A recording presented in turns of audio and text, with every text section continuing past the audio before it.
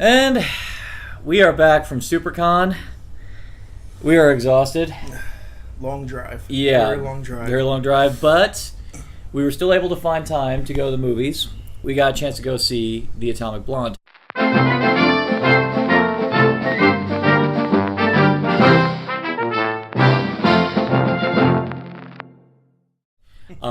You know me, I'm John. I'm Brian. You might remember him from the Judge Dredd Cinema Schlock Society. Work with us here because we're extremely fried. We just ate dinner. It's like around getting near 10 o'clock right now, but we want to still find time to shoot this review. I'm amazed that we were able to really get much out of this plot because we ended up in a movie theater where we were in the front row. Yeah. Just staring upwards. Staring upwards. At the screen. I mean, staring upwards at the goddess that is Charlize Theron, which, I mean, if she ever did become a deity, I suppose. It was nice, though, because, I mean, it made us feel a part of the movie. You know, like we were literally on the ground staring up at these giants. Yeah, they be giants. They be giants indeed. And I will say one thing, with a movie like this, or pretty much any big Hollywood blockbuster, never sit in the front row. It was loud as all get out, and this is a movie with a lot of gunshots. Yeah. A lot of gunshots. A lot of the early impressions on this movie, people were saying this is John Wick. And it's understandable that people are coming to that conclusion because it is being produced by the same company who produced John Wick. It's the same stunt team, and it's the same director or co-director of the first two John Wick movies.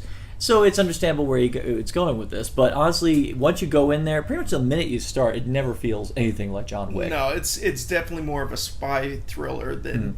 Well, I shouldn't say thriller, spy action movie than anything else. You know, it's not just someone going out for revenge. No, this has different kinds of steps associated with it. And the funny thing is, the trailers, they hint at a plot. I mean, they definitely hint at the notion of a plot, but they never really get into the fact that, they'll show you the action scenes, which are really...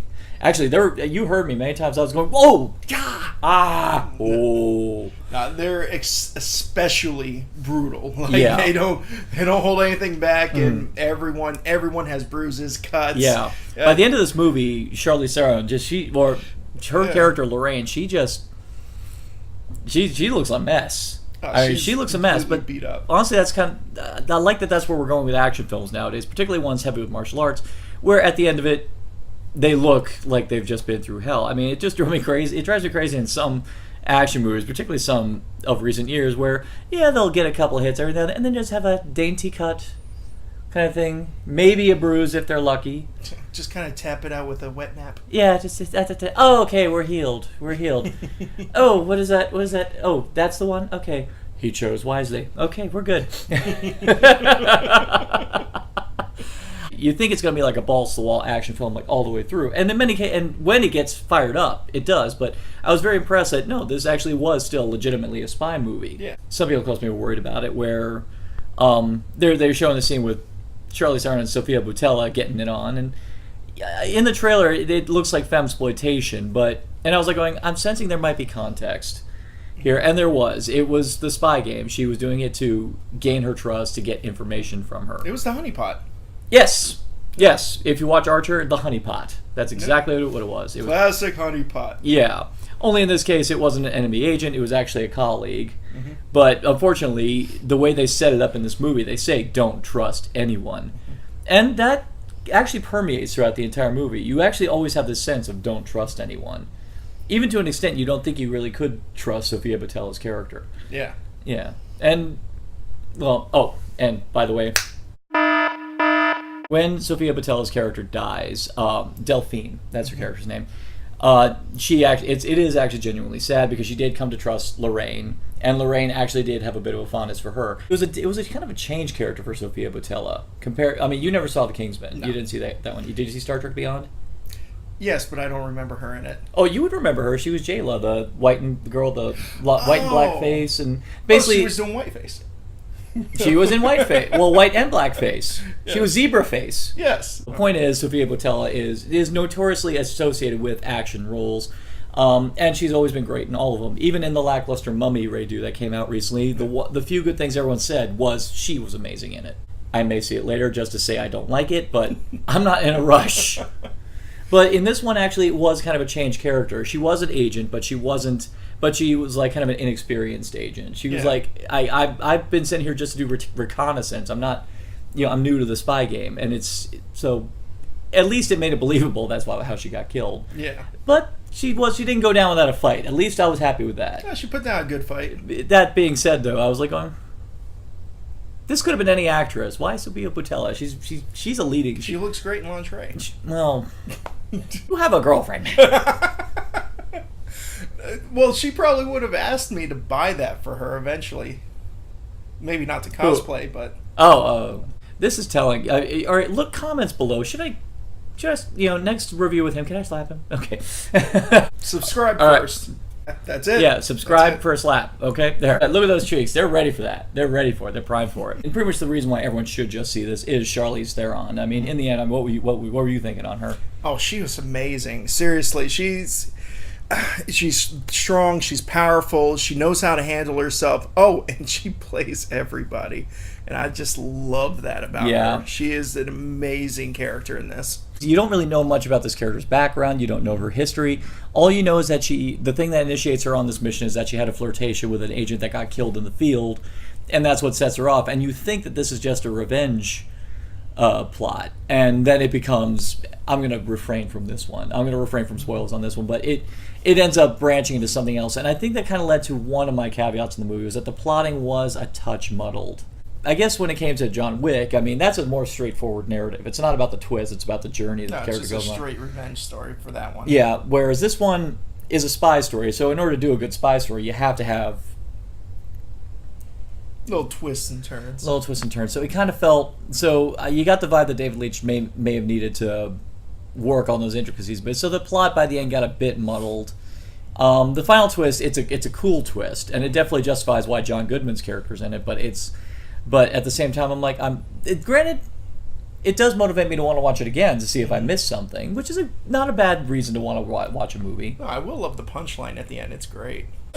And then, of course, opposite her, we have... And the best part is, even though, this is Charlize's movie, the rest supporting cast they're not in the background either. I mean, of course, the one that stands out is freaking James McAvoy. Oh, yeah. He was a great character in this. He has come a long way from having goat legs. It was almost like I was watching McAvoy's audition for Trainspotting. Yeah, I would definitely agree with that.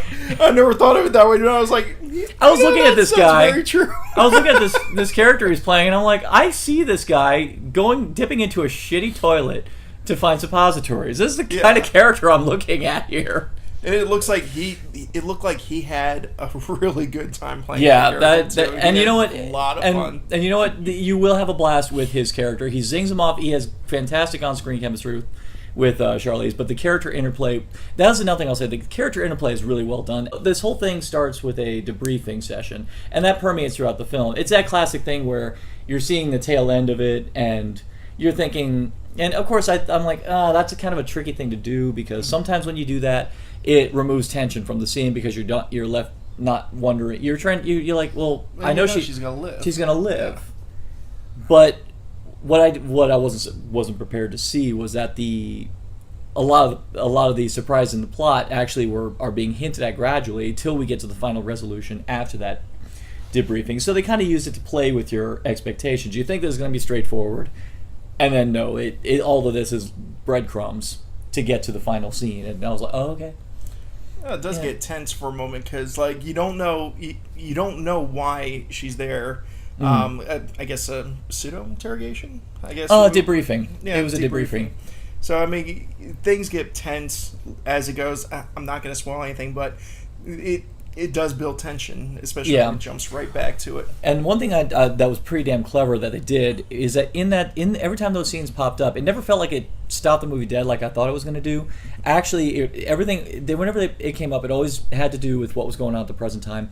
But what was kind of cool was that you didn't know. You have a feeling that she's alluding that there's someone in this room that's playing against her, or at the very least has an ulterior motive. But she looks around to all the other characters in that room: Toby Jones, John Goodman, and someone behind the mirror. Yeah, I totally thought the person behind the mirror was going to be revealed as the villain. Yeah, I kept getting that. I kept feeling that they were hinting at that, but it takes place right at the tail end of the Cold War, right when the Berlin Wall falls. They used news footage of the progression of the inevitable fall of the Berlin Wall, and they actually used it in a way that echoed what was going on in the story. And I immediately picked up on it as I was watching the plot progression. It was kind of cool seeing the way they gradually worked towards that. And it lined up with the characters, too, because, I mean, as the wall was coming down, the wall was coming down between the characters. Exactly.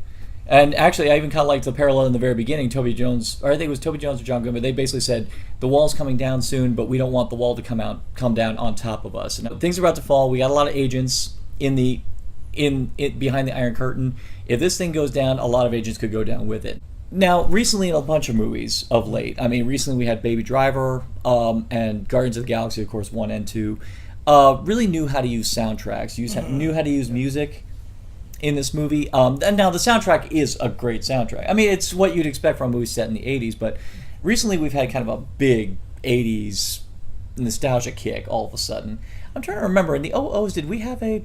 Well, we've been having 70s. We've been going back to the 70s. Oh, 70s stuff was playing throughout the 90s and the early 2000s. Or at least movies about the 70s going on. When we get to the point where we're doing nostalgic 90s movies, that's going to be boring as shit. Christ. That's going to be boring and depressing as shit. And it's going to get worse when it gets to the nostalgic shit from 2000s. Who wants to even experience that again? I don't know. Oh, I'm sure there's going to be all these compelling dramas about where were you when the towers fell. The soundtrack kind of... A lot of it was kind of like expected. It's kind of like the typical songs you kind of get associated with the 80s. Mm-hmm. Some of it didn't play. It wasn't as... Sometimes it felt like they were forced, as opposed to Guardians of the Galaxy. Their usage of the soundtrack actually has a lot to do with the characters, so that always felt right. Baby Driver, it's part of the plot. Mm. Music's part of the plot. And even when you watch 80s themed shows like Stranger Things or Glow, once again, they're natural. They're mood setters. They feel like they belong. This just feels like... I mean, the only times that it felt right for me was when that it felt natural was when they were going into techno bars and like that. And they were breakdancing, and then they brought out the skateboard. Yeah. Well, that was a beat down with a skateboard. When I was watching that, I was going, that kid's going to be wearing that skateboard in a bit. Yeah. Leading into that, the cool thing is, the thing that cracks me up now... you probably wouldn't recognize it. I mean, in one of my favorite Mystery Science Theater 3000 episodes is an episode of Future War. That's actually one of my favorite episodes. Yeah, well, you know that one blonde thug, the one that she jammed the keys in his face? Mm-hmm. That's the runaway from the Future War. Wait, Daniel really? Barnhart. Oh, shit. Yeah. I didn't even recognize him. Oh, well, see, here's the thing. I've been following his career for a while because, first off, he was in Matrix Reloaded. He was in the Matrix movies as one of the agents. Oh. And but he's part of that stunt team, and he's in John Wick. Well, he's in John Wick, and I'm sure, but whenever they use that stunt team, he's one of the mainstays. Oh, wow. And one thing I love about him being in a lot of David Leitch's movies, and he had a part in Logan as well. He was in that. So now at this point, whenever I see anything involving this particular stunt house and anything involving David Leitch or Chad Stahelski, I'm gonna be spot the Daniel Barnhart. In this case, this one was pretty special. He had platinum blonde hair, just as blonde as Charlize Theron's character, and he gets a key stuck in his face. Oh, and that's a great moment. It is kind of a cool... one of the best comical moments in it. Similar in John Wick, but he basically was that one thug that the main character always had to actually work to get rid of. Mm-hmm. And it was the same here. He always seems to be the one you get when you want to actually give the main character a real serious fight, and that's who he was in this movie. I'd say this film... It's a blast. I mean, I urge people to watch it. Not for anything else, just to support it, because right now we're living in an age now where women are getting better representation in movie. We're finally realizing that they do. We had Wonder Woman do well this year. And this, I think, deserves to do well, just because a lot of work was put into this. And Charlize Theron, if you ever watch her stunt training videos, she's doing some hardcore stuff. And even then, before that, Mad Max and all that stuff. She is dedicated. She's a dedicated actress, and you can tell she poured everything into this one. So I urge people to go see it. But that being said, there were some narrative problems which kind of interrupted the full I think impact this story could have had. So for myself, I'm going to give the Atomic Blonde a final rating of... I'm a huge 80s buff. I love 80s films. I love 80s music. I'm not going to give it a perfect rating. I'm going to say